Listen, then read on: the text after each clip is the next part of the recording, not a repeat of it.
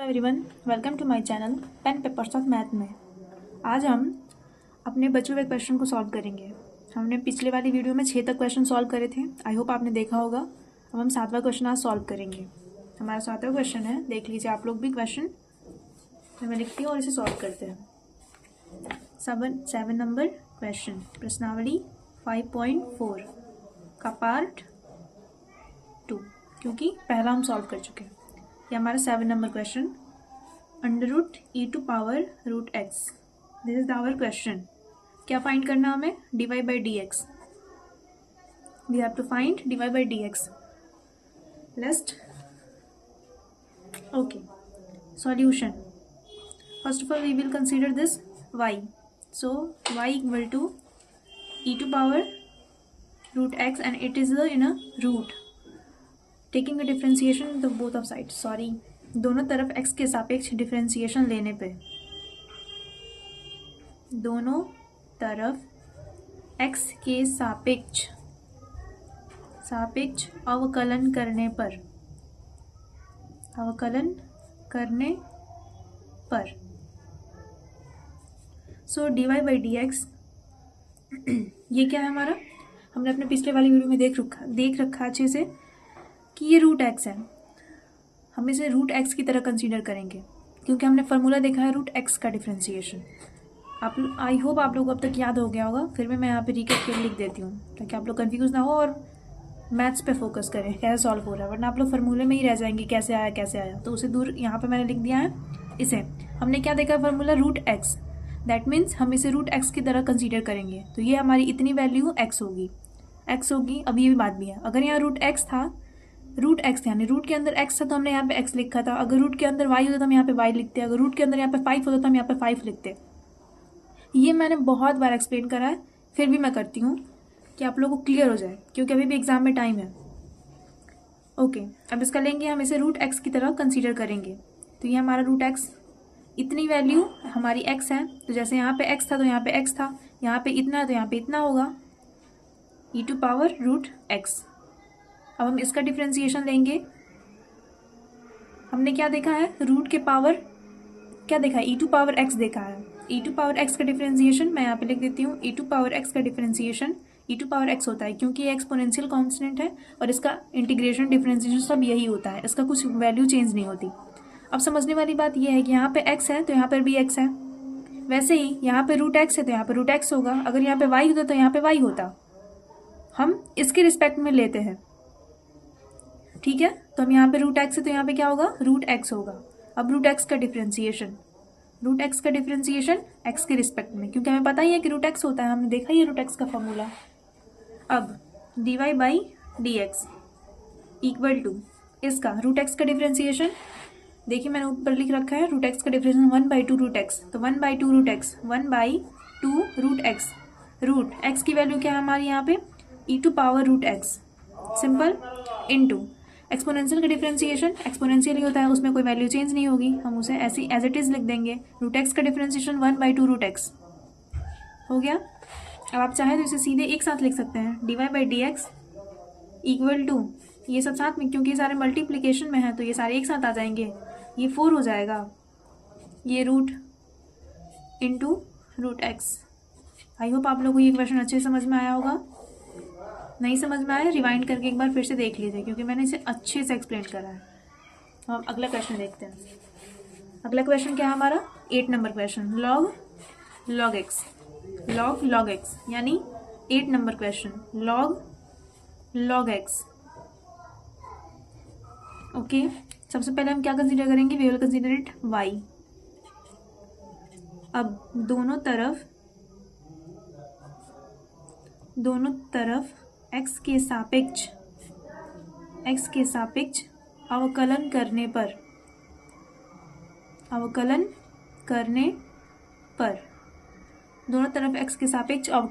पर सो dy/dx equal to, अब इसका हम डिफ्रेंसिएशन लेंगे, d log x। अब फिर से वही क्वेश्चन है, अगर यहाँ पे x होता तो यहाँ पे x होता, क्योंकि हमने डिफ्रेंसिएशन क्या देखा है? डिफ्रेंसिएशन ऑफ log x देखा है।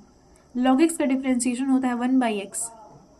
log x डिफ्रेंशिएशन होता है 1/x। दैट मीन्स अगर यहाँ पे x है तो यहाँ पे x है, अगर यहाँ पे log y होता तो हम y के रिस्पेक्ट में लेते, अगर यहाँ पे log 5 होता तो हम 5 के रिस्पेक्ट में लेते। मैं बस कह रही हूँ होता नहीं, वहाँ पे y हो सकता था, कांस्टेंट नहीं होता है। कांस्टेंट होता है तो उसकी वैल्यू 0 हो जाती है, क्योंकि हम कांस्टेंट के रिस्पेक्ट में डिफ्रेंशिएशन नहीं ले सकते हैं। अगर यहाँ पे x² होता तो हम x² के रिस्पेक्ट में ले रहे होते। तो वैसे ही अगर यहाँ पे log x यानी इतनी वैल्यू को हम किस तरह से कंसीडर करेंगे, x के फॉर्म में, इसे एज अ x के रूप में हम देखेंगे। तो एज अ x तो हम इसका कैसे लेंगे, log x।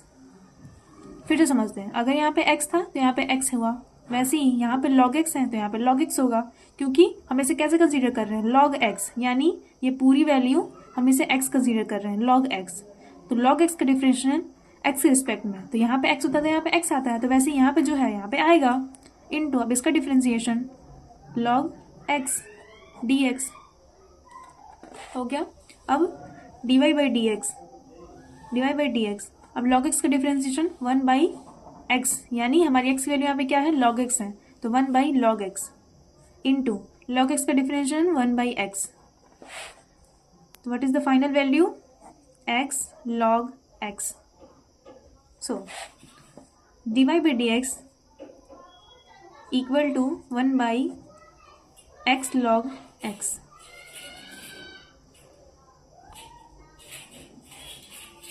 This is our final answer। I hope आप लोग को ये वाला क्वेश्चन समझ में आया होगा। हम अपना अगला क्वेश्चन देखते हैं, 9 नंबर हमारा क्वेश्चन है cos x by log x। cos x by log x। So this is our 9 number question। Question is cos x by log x। First of all we will define it y। So दोनों तरफ नहीं, पहले हम इसे y consider करेंगे। अब दोनों तरफ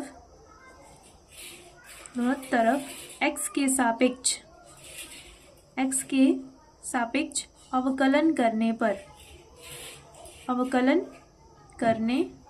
पर ये लिखना बहुत ज़रूरी है। आप ये सब लिखेंगे तो एग्जामिनर पर इम्प्रेशन पड़ेगा। दोनों तरफ x के सापेक्ष अवकलन करने पर, तो dy by dx बाई, अब इसे कैसे तोड़ेंगे हम, सेम जो हमने अपनी पहले वीडियो में देखा था। हमने अपने पहले वीडियो में बहुत अच्छे से फॉर्मूला को एक्सप्लेन करा है, आप वो वीडियो देख सकते हैं। सो ये हमारा u, ये हमारा v, इसे हम कंसीडर मानेंगे u एंड v। तो हम डिफरेंशिएशन u बाई v का डिफरेंशिएशन निकालेंगे। आई होप आप लोगों को फार्मूला अब तक तो मे भी याद हो गया होगा। फार्मूला क्या होता है, पहले वाले का डिफरेंशिएशन गुना दूसरे वाला माइनस दूसरे वाले का डिफरेंशिएशन गुना पहले वाला बटा नीचे वाले का होल स्क्वायर। सिंपल, पहले वाले का डिफरेंशिएशन माइनस दूसरे वाला, पहले वाले का डिफरेंशिएशन गुना दूसरे वाला माइनस दूसरे वाले का डिफरेंशिएशन गुना पहले वाला बटा दूसरे वाले का होल स्क्वायर। सीधा पहले वाले का डिफरेंशिएशन गुना दूसरा वाला माइनस दूसरे वाले का डिफरेंशिएशन गुना पहला वाला बटा दूसरे वाले का होल स्क्वायर। फॉर्मूला को चुपचाप बैठा देना है, कुछ भी नहीं करना, बहुत सिंपल है, फॉर्मूला में बैठा देना है। अब dy by dx कॉस का differentiation minus sine x, cos का differentiation minus sine x, cos का differentiation minus sine x into log x minus log का डिफरेंशिएशन 1/x, फिर इंटू कॉस एक्स बटा लॉग एक्स का whole square equal to log square x. Simple, अब dy by dx equal to हो गया ये minus sine x into log x minus cos x बटा log square x. अगर आप चाहते हैं इसे फर्दर सॉल्व कर सकते हैं, पर ऐसा कोई सीन नहीं है। आप इतने पे आंसर करेंगे, आपको एकदम पूरा फुल मार्क्स मिलेंगे, पूरा। कोई भी ऐसा एग्जामिनर नहीं होगा तो इसे काट देगा। अगर आप चाहें तो आप इसका बटा पे का माइनस घटाव करके फाइनल आंसर ला सकते हैं, पर ये आपका फाइनल आंसर आप इतना करेंगे आपको फुल नंबर मिलेंगे, तो उसमें टाइम वेस्ट नहीं करेंगे, क्योंकि एग्जामिनर सिर्फ देखता है आपने ये प्रोसेस कैसे करा है और फार्मूला अच्छे से बैठाया कि नहीं, बस एग्जामिनर यही देखता है। क्योंकि वो आपके उस पर भी नंबर दे देता है स्टेप पे। आपने स्टेप लिखे हैं तो आपको 5 नंबर में आपका आंसर गलत आ रहा है, फिर भी आपको 3 नंबर को देगा स्टेप पे। अब 10 नंबर क्वेश्चन क्या है हमारा, cos log x plus e⁻x। तो ये हमारा क्वेश्चन है। सबसे पहले हम इसे y कंसीडर करेंगे। दोनों तरफ x के सापेक्ष अवकलन करने पर अब dy/dx इक्वल टू cos का differentiation cos log x plus e⁻x। सीधी बात, वही वाली बात, हमने क्या देखा है, cos x देखा है, तो हम इसे कैसे कंसीडर करेंगे, पूरे को x के फॉर्म में कंसीडर करेंगे। तो अगर यहाँ पे हमारा x होता तो हम x के रिस्पेक्ट में लेते हैं, अगर यहाँ पे इतना है तो हम उसके रिस्पेक्ट में डिफ्रेंसिएशन लेंगे। तो d log x plus e⁻x into, अब इसका differentiation log e⁻x plus e⁻x का डिफ्रेंसिएशन हो गया। Now dy/dx equal to cos का differentiation minus sine log x plus e⁻x into log x का डिफ्रेंसिएशन 1/x, ex का differentiation ex। So dy/dx equal to minus sine log x plus e⁻x बटा x plus, नहीं हम इसे गुणा नहीं कर सकते, हमारा कोष्ट में है, into 1/x plus e⁻x। Answer ये समझ में आया? एक बार फिर से इसे एक्सप्लेन कर देती हूँ मैं। कैसे होता है, log x होता है, हमने log x का डिफरेंस यहाँ पे लिखती हूँ मैं। क्या होता है, log x होता है, log x का डिफरेंशिएशन होता है माइनस साइन x, ये होता है। तो यहाँ पे x है तो यहाँ पे x है, अगर यहाँ पे y होता तो यहाँ पे y होता, या अगर यहाँ पे t है, मैं सॉरी आप लोगों को दिख नहीं रहा होगा, अगर यहाँ पे x है तो यहाँ पे x होता, अगर यहाँ पे t है तो यहाँ पे t होता, अगर यहाँ पे y है तो यहाँ पे y होता। मतलब जो भी उसका वेरिएबल होता है, हम उसके रिस्पेक्ट में लेते हैं। ये कॉस है, हमें कॉस से कोई मतलब ही नहीं है, यहाँ पे क्या है उसके रिस्पेक्ट में हम लेंगे। वैसे ही यहाँ पे कॉस है, कॉस ने हम जान गए कि कॉस है। अब यहाँ पे क्या है, अगर यहाँ पे x होता तो हम x के रिस्पेक्ट में लेते, अगर यहाँ पे t होता तो हम t के रिस्पेक्ट में लेते।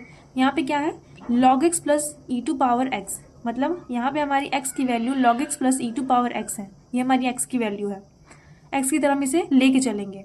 अब इसका हम डिफ्रेंसिएशन निकालेंगे, तो इसी को हम लेंगे डिनोमिनेटर में। तो ये हमारा आ गया डिनोमिनेटर में log x प्लस e⁻x। अब इसका डिफरेंस हम निकालेंगे, तो log x प्लस e⁻x बटा dx। अब दोनों तरफ x के रिस्पेक्ट में डिफ्रेंसिएशन करने पे इसे हम x की तरह कंसीडर कर रहे हैं, इसे आप बीच में मत लाइएगा, ये मैंने समझाने के लिए लिखा है, ये रफ है, मैं इसे काट देती हूँ।